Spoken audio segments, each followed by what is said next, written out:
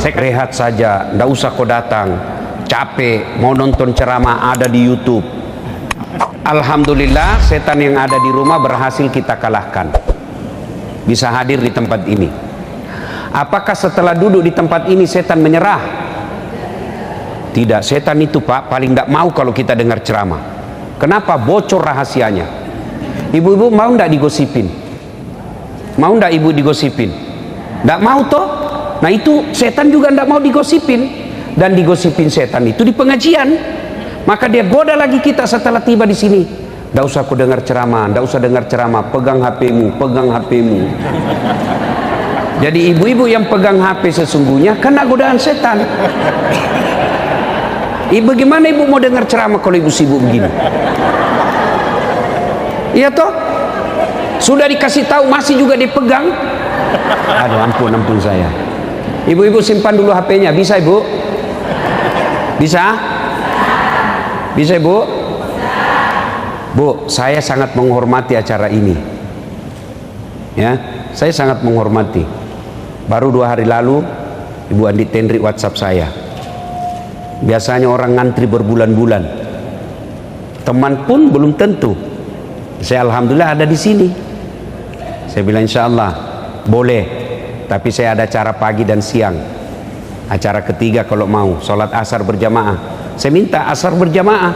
Kalau keundangannya di situ jam 4, jam 5 baru kumpul ibu-ibu. Coba kalau undang sholat asar berjamaah, alhamdulillah dapat pahala berjamaah. Nah, saya sambil nunggu ibu, tidak lihat ibu saya tidur tadi di sana. Capek karena menghormati acara ibu, saya ikhlas datang. Jadi tolong hargai juga perasaan saya. Caranya simpan HP. Bisa? Karena kalau ibu pegang HP pasti tidak konsentrasi dengar ceramah. Ya, Ustadz kita mau rekam. Kalau ibu rekam gambarnya tidak jelas, suaranya bising. Bagaimana caranya Ustaz? Itu ada. Saya bawa kamera. Ibu diam, tenang, biar dia yang rekam. Tapi kau bawa pulang kamera Ustaz, tenang, nonton YouTube. Pengajian Majelis Taklim An-Nur. Sudah nonton, jangan lupa like and share. Sudah ibu ya, bisa ibu? Bisa simpan dulu HP-nya. Ibu-ibu yang pegang HP selama saya ceramah, saya doakan suaminya kawin lagi. Amin ya Allah. Baru disimpan itu. Ya. Waktu yang ringkas. Bapak Ibu, bapak-bapak saya tanya, mau ndak wafat dalam keadaan tawaf? Bapak mau ndak merindukan ndak meninggal dalam keadaan tawaf? Mau. Ibu-ibu mau ndak meninggal dalam keadaan sa'i? Bapak-bapak mau ndak meninggal di tanah suci Mekah depan Baitullah? Ibu-ibu mau ndak meninggalnya di sujud sholat? Mau ndak? Semua mau. Tapi dengar firman Allah, laqad kana lakum fi rasulillahi uswatun hasanah. Contoh teladan kita Nabi Muhammad SAW. Tidak ada susahnya bagi Allah kasih wafat Nabi pada saat tawaf. Tidak ada susahnya Allah wafatkan Nabi dalam keadaan sa'i. Tidak ada susahnya bagi Allah wafatkan Nabi dalam keadaan sujud sholat. Tapi di mana wafat Nabi? Tawaf tidak, sa'i tidak, sholat tidak, ceramah tidak. Di mana? Pangkuan istrinya Aisyah. Apa pesannya? Ibadah paling panjang rumah tangga. Ibu berapa lama kalau sholat 5 waktu? 5 kali saja sholat. 5 kali aja sholat satu hari. Tambah bonus-bonus dengan sunnah. Ada ndak di sini sholat 5 waktunya duhur 10 menit? Ndak yakin saya. Yang ada duhur 3 menit. Ya toh? Itu pun yang 3 menit lengkap dengan ingatan WhatsApp. Ini kan? Ayo, haji berapa kali Bu haji? Saya ndak yakin ada yang sampai 10 kali haji di sini. Coba. Jadi kalau kita mau mati dalam keadaan haji peluang rendah. Kalau kita mau mati dalam keadaan sholat peluang rendah. Tapi berumah tangga 24 jam berumah tangga. Cari nafkah ibadah. Mikirkan bagaimana rumah supaya bisa AC ibadah. Bagaimana cari nafkah anak bisa sekolah? Ibadah. Bagaimana bisa menghidupi sopir? Ibadah. Bahkan berhubungan suami istri pun ibadah. Itulah sebabnya kalau sama istri kita tidak nyaman. Kenapa? Ibadah. Setan tidak mau. Kalau teman selingkuh, godaannya besar. Kenapa? Setan. Maka ibadah terpanjang selama hidup kita berumah tangga.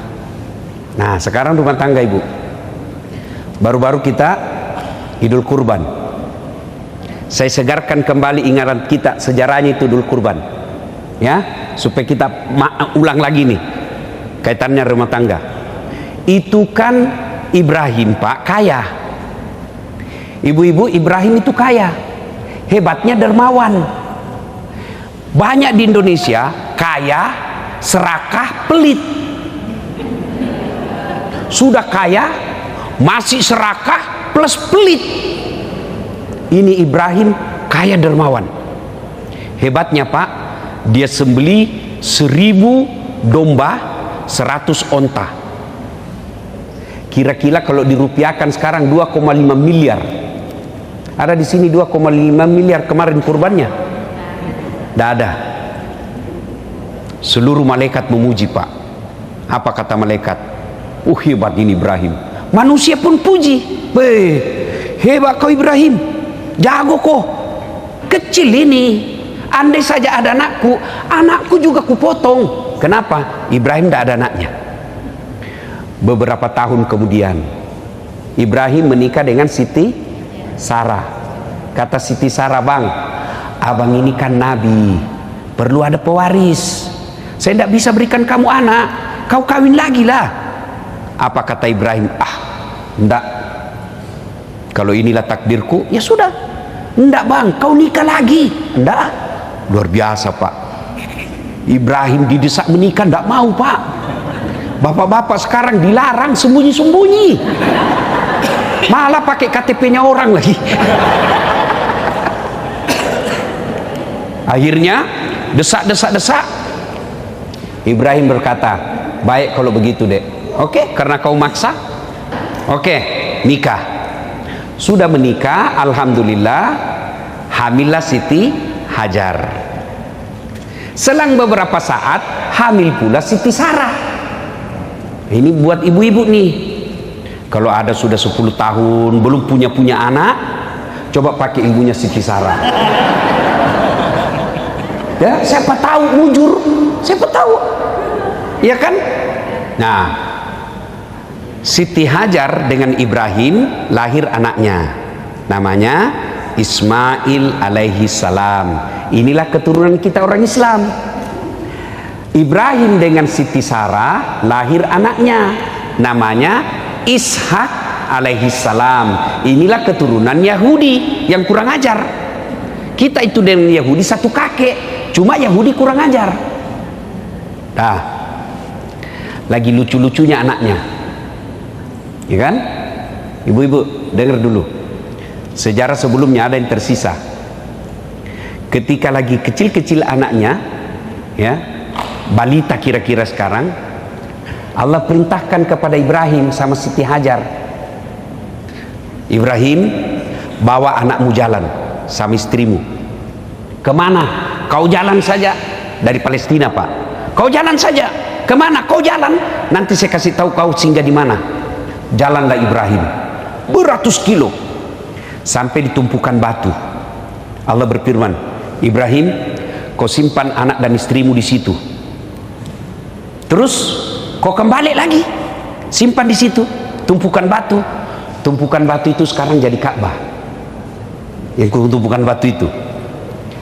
Apa kata Siti Hajar? Bang, kalau ini perintah Allah, jalan kau. Biar saya urus anakku. Tenang, jangan cemas. Ini baru istri. Pesan pertama, Ibu, kalau perintah Allah jangan tawar. Kau pakai jilbab, perintah Allah, don't worry, be happy.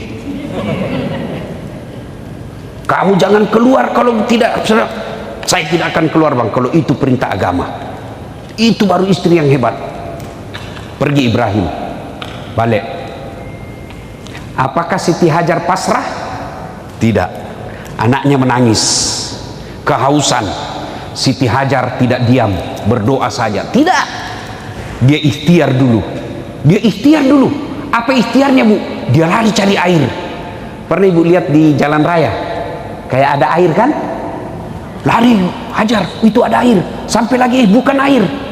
Lari antara Safa dan Marwah. Itulah sa'i sekarang. Nah, sudah pasrah Siti Hajar.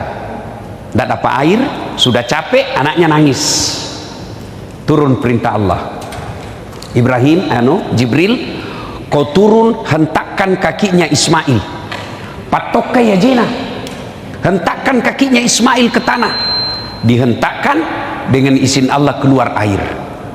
Lalu Siti Hajar berkata, Zam, zam, zam, zam. Itulah air Zam-Zam sekarang. Mulailah beredar berita, ada di satu pelosok ada sumber mata air, tidak pernah kering dan selalu mengalir. Beredarlah itu di padang pasir. Namanya air di tengah padang pasir, orang semua datang. Ramailah kampung itu, kemudian disebut nama Hijaz, yang ini sekarang disebut Makkah. Nah, lagi beremaja anaknya Ismail 13 tahun. Quran tidak menjelaskan 13 tahun, tapi Quran cuma mengatakan Ismail sudah pandai membantu bapaknya. Kira-kira remaja sekarang 13-14 tahun. Tanggal 8 Zulhijjah, Ibrahim alaihissalam mimpi. Ibrahim, kau pernah bilang toh kalau ada anakmu saya potong. Sekarang ada anakmu, potong itu, potong. Ibrahim bangun, Pak. Ini mimpi atau wahyu? Kalau mimpi, kenapa anak disuruh potong? Kalau anak banyak, 10 anak disuruh potong, kita cari mana yang beleng-beleng. Potong anak, wah ini beleng-beleng ini. Ya toh, Ibrahim mikir, ini wahyu atau mimpi? Mikir Ibrahim. Tanggal 8 Zulhijjah itulah sekarang kita sebut dengan hari Tarwiyah, yang artinya hari berpikir-pikir. Maka kita sunnah puasa. Tanggal 9 Zulhijjah, bangun lagi Ibrahim. Ibrahim, potong anakmu. Kau sudah janji sama saya. Bangun. Ibrahim katakan, ini wahyu, bukan lagi mimpi. Yakin 100% perintah Allah. Maka tanggal 9 Zulhijjah kita sekarang disebut hari Arafah atau hari penuh keyakinan, puasa. Tanggal 10 Zulhijjah, Ismail diajak ngomong bapaknya. Mail, Mail. Kalau di Makassar Mail, Mail. Ismail, Ismail. Mail, Mail, sini kau dulu. Apa, Pak? Ini saya diperintah Tuhan, gue potong kok. Bagaimana menurutmu? Ibu-ibu, kalau anaknya ibu di rumah kira-kira dikasih tahu begitu, nah, saya diperintah potong kau, nak. Apa dia bilang anak kita? Dilihat dulu kakeknya. Ini aja, Pak, yang sudah tua. Masuk akal enggak, Pak? Masuk akal enggak? Masuk akal. Ini namanya anak cerdas, tapi tidak soleh. Tapi apa jawaban Ismail? Pak, kalau ini perintah Allah, jangan Bapak ragu. Laksanakan, insya Allah Bapak dapati saya anak sabar.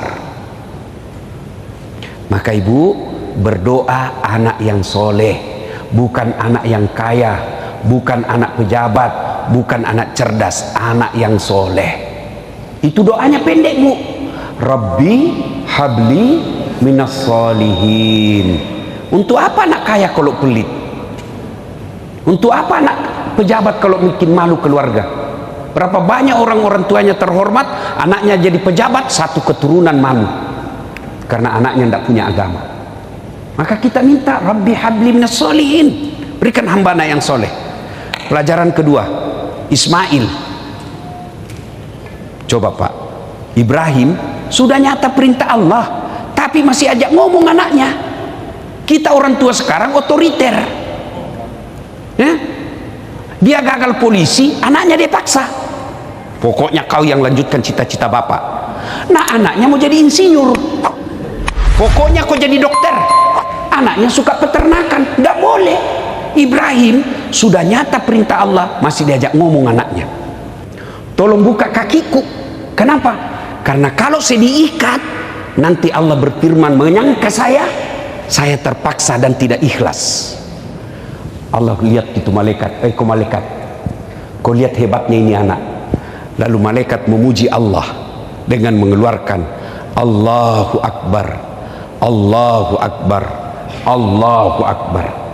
Mendengar itu, Ibrahim menyambutnya dengan kalimat La ilaha illallah huwallahu akbar.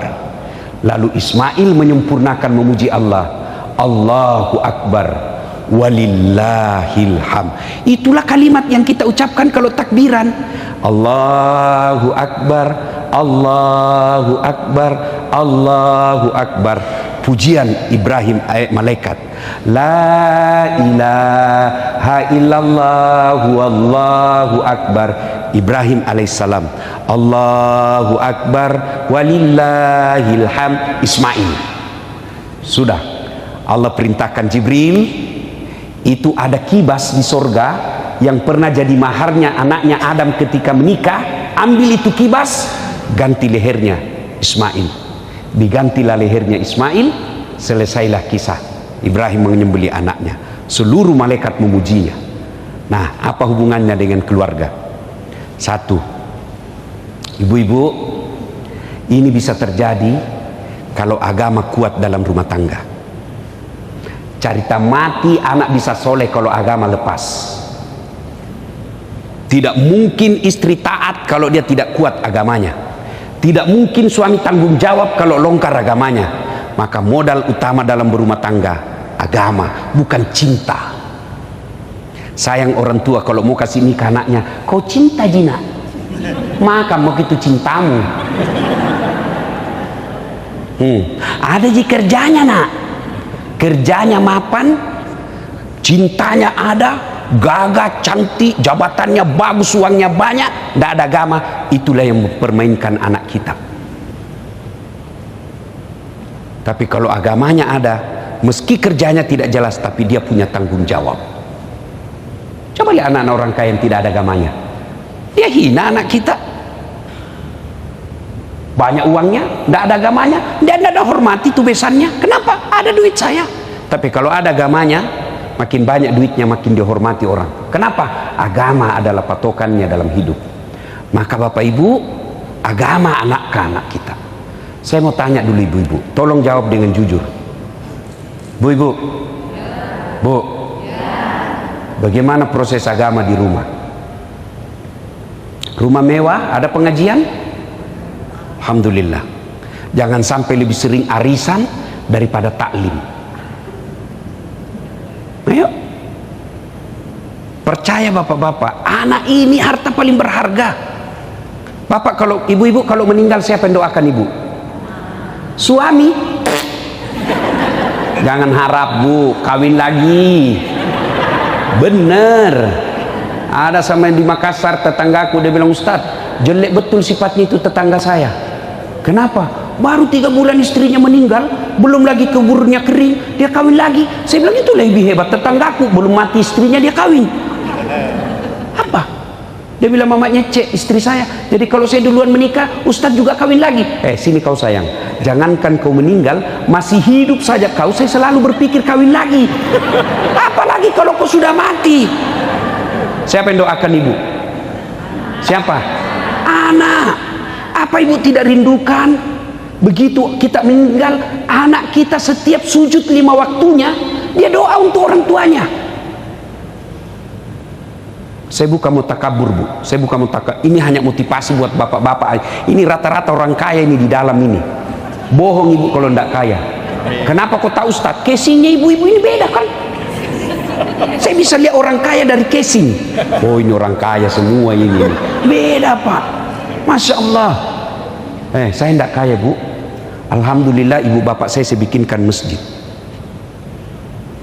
Ibu saya kasih nama Hajjah Sitimang. Bapak saya kasih nama Masjid Abdul Latif. Yang saya lagi bangun lagi sekarang masjid nama saya. Itu yang kita nanti. Apa ibu tidak merindukan ketika nanti ibu sudah rapuh, tua, anak kita berlomba-lomba untuk mengumrohkan anak kita. Dek, bulan ini ibu di rumah ya, bulan depan baru kau urus. Apalah artinya hidup ini kita tua, banyak duit, anak kita menjadi beban di dalam hidupnya. Datang baru duduk mamanya, kata istrinya, kapan datang mak? Baru sayang, kapan pulang?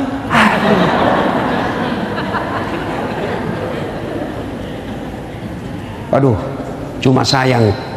Maafkan saya ibu ya, ini gunanya ceramah. Jangan marah ibu ya, supaya ada boleh pulang ada oleh-oleh ceramah.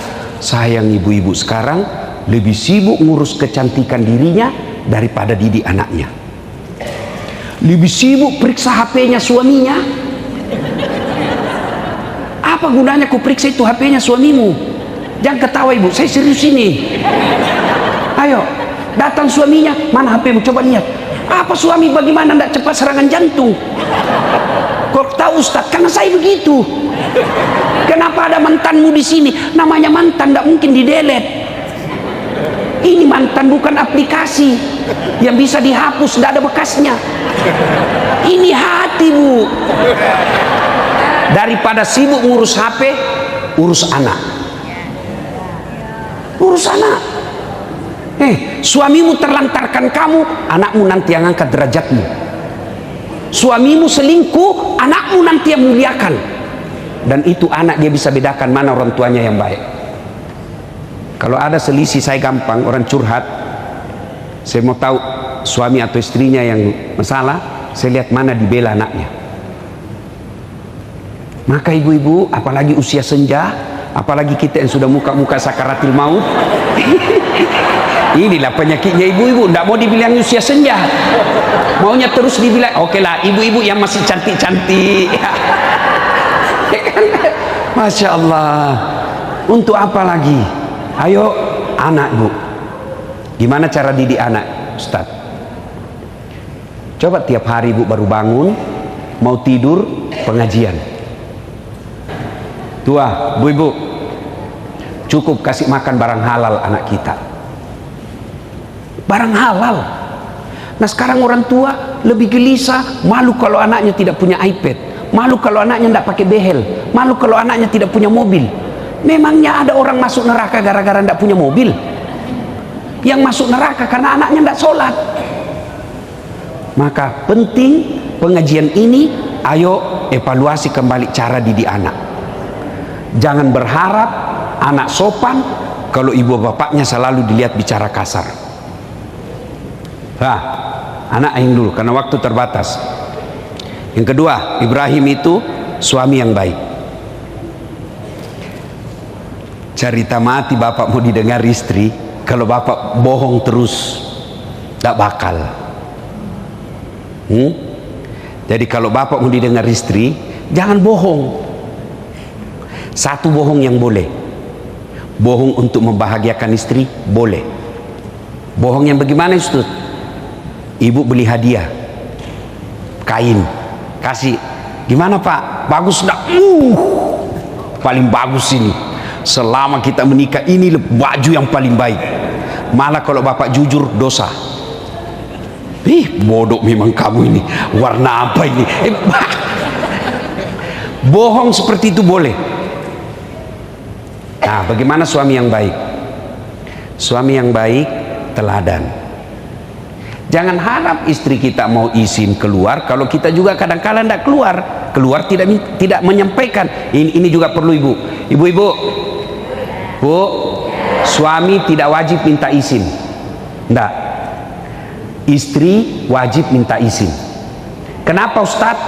Karena langkahnya ibu ditanggung oleh suami, sementara dosanya suami ibu tidak tanggung. Kedua, suami memang tugasnya lebih banyak di luar, istri harus banyak di dalam. Jadi kalau sedikit-sedikit izin repot. Maka laki-laki itu bukan minta izin tapi memberi izin. Laki-laki itu menerima laporan bukan melapor. Ibu tahu ini, di situ pintu masuknya setan. Itu kata Nabi. Ibu mau ndak dirindukan surga? Satu, kata Nabi, aqimis salah, dia puasa, dia sholat. Dua, dia puasa Ramadan. Tiga, dia jaga harga dirinya. Empat, dia taati perintah suaminya. Kalau ini diamalkan, tadahulul jannati bisalam, masuk ke surga dengan penuh keselamatan. Pintu surga yang kamu mau, terserah. Tapi setan tahu, ibu, setan tahu. Makanya apa? Dia hasut kita, lawan suamimu, lawan suamimu, lawan suamimu. Nah, itu pintu masuknya setan. Maka boleh enggak perempuan cari nafkah? Boleh. Cuma kalau dia cari nafkah dan banyak uangnya, potensi melawan suami. Maksudnya apa, Ustaz? Saya tanya ibu, kira-kira kalau suami ibu gajinya 5 juta, ibu gajinya 20 juta, kira-kira masih menghormati suami enggak? Ibu aja ndak punya gaji, kita lawan suami, ibu.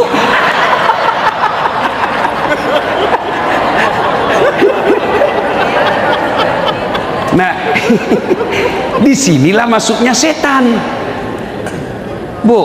Kalau sholat, setan sholat, tapi kapan ibu lawan suami, maka ridha Allah lepas. Ridhanya Allah ada ridhanya suami.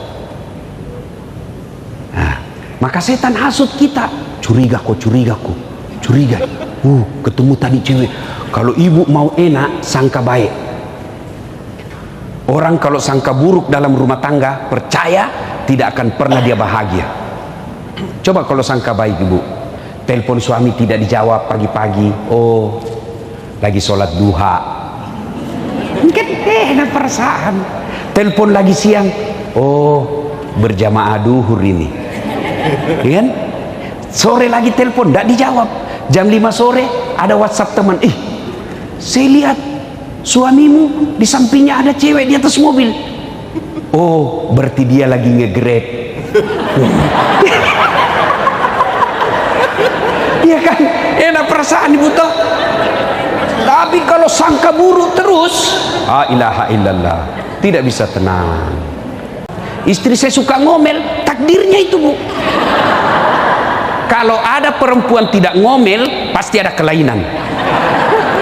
Benar, hobinya itu perempuan ngomel. Dan satu lagi, pak, perempuan itu ahli sejarah. Sekali bapak bikin kesalahan, sudah wassalam, ndak bakal itu dia ulang, pak. Pak, coba dinasehatin, dia punya salah, bagaimana caranya dia ngomong supaya kembali kepada kesalahan itu ke kita. Itulah perempuan, memang begitu fitrahnya perempuan.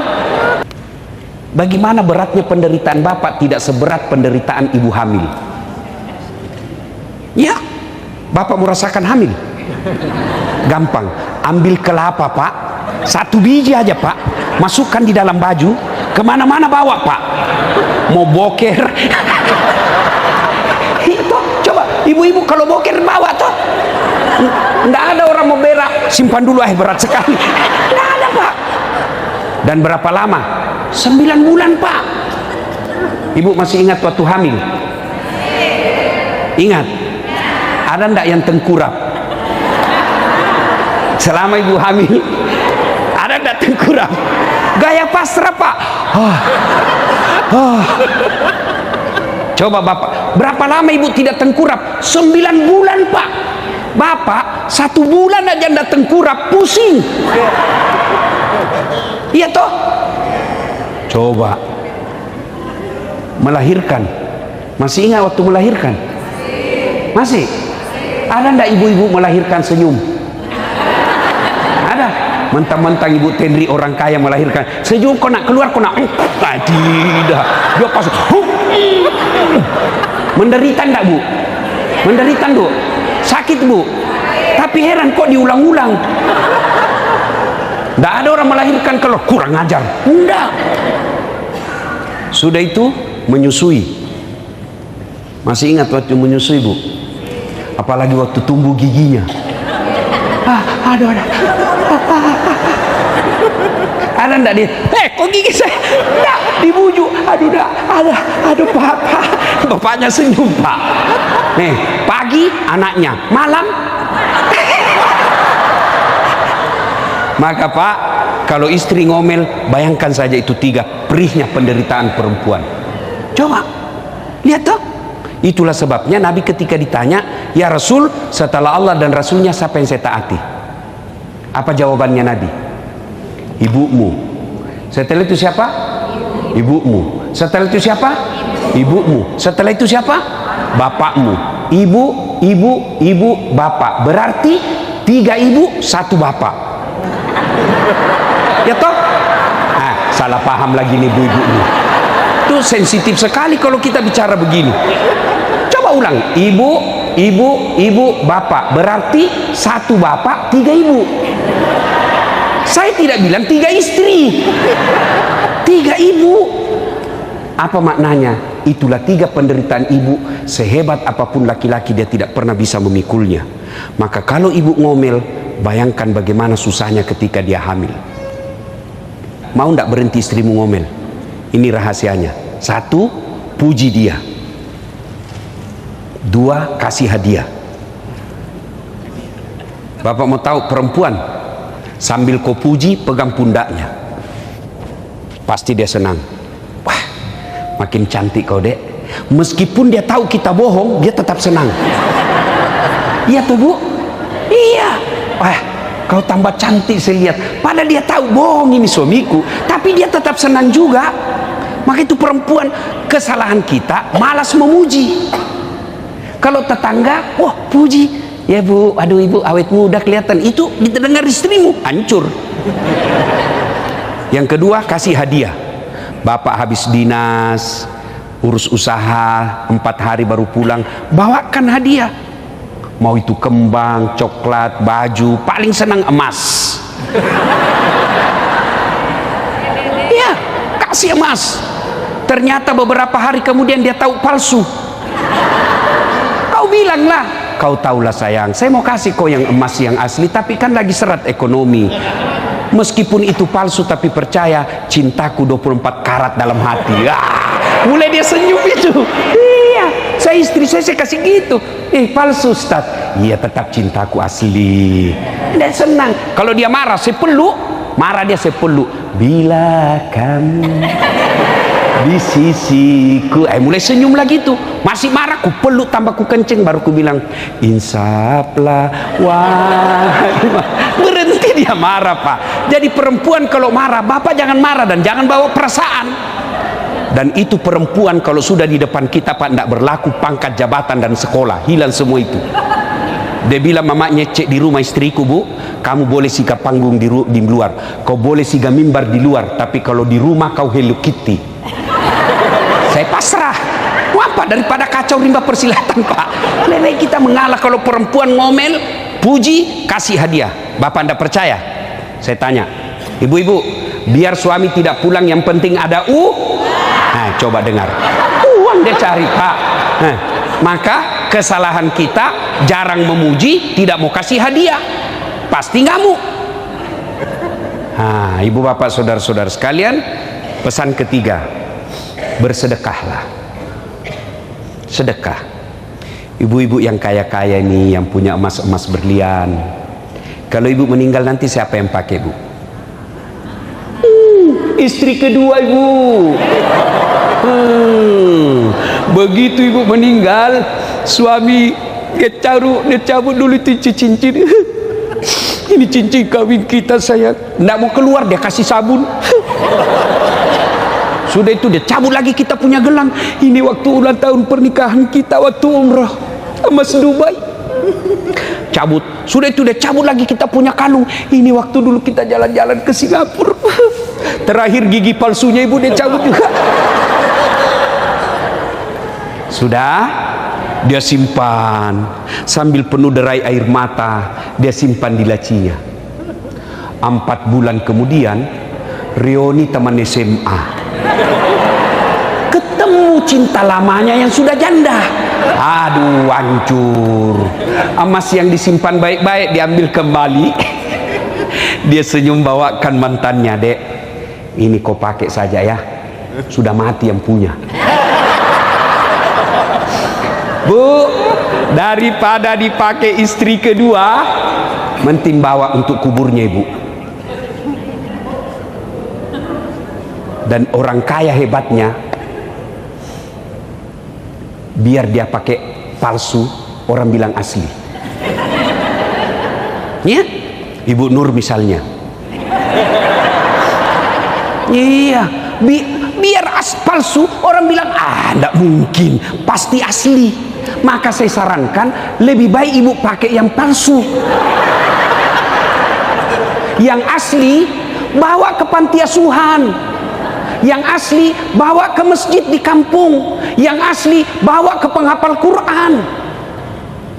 Bapak-bapak yang miskin, ibu-ibu yang miskin, ndak usah pakai yang asli, karena biar asli orang juga ndak percaya.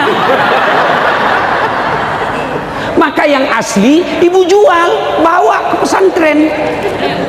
Ini disebut pandai menyikapi harta.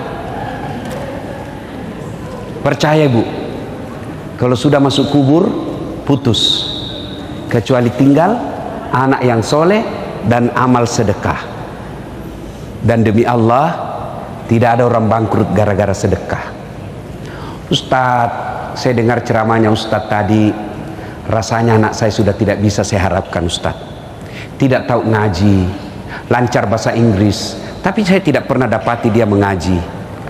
Lancar bahasa Korea Ustadz, duitnya banyak, tapi tidak pernah saya dapati berjamaah. Jangan putus asa, anak pesantren ibu urus. Ustadz, saya sampai sekarang belum punya anak. Wala tayasu min rauhillah. Jangan putus asa, ibu datang ke pesantren, tanya gurunya, ada penghafal Quran?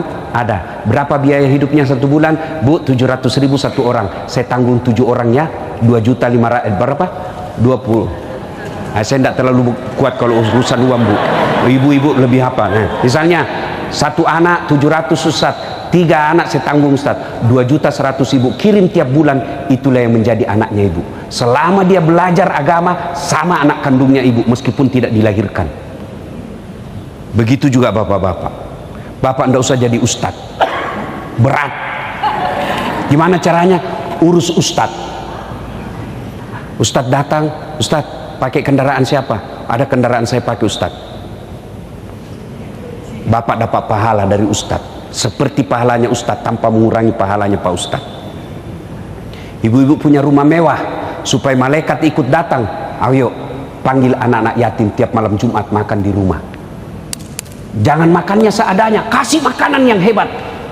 Dan hebatnya itu Ustadz anak yatim, kalau masuk orang mewah Pak, dia terpesona seolah dalam surga.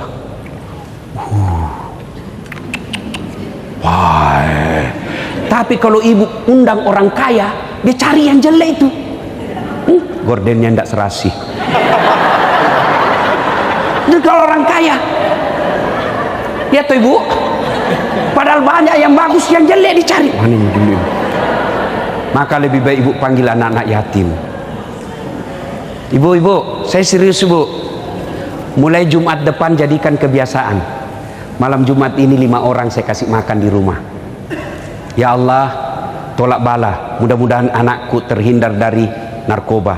Mudah-mudahan suamiku terhindar dari niat jahat. Itu jauh lebih efektif daripada periksa handphone. 1 handphone dia kasih ke suamimu, masih ada 2 di mobilnya. Kenapa begitu? Saya pelakunya. Repot juga kalau setiap saya. Repot, lebih kita sembunyi 2. Kau periksa, bisa dia ganti namanya. Kan ada dulu mantanku Bu, cinta-cinta monyet dulu di kampung. Setelah saya viral selalu menelpon. Saya mau blokir ndak enak, saya mau terima perasaannya istri saya hormati. Terpaksa ku tulis di situ namanya penjual batu bata.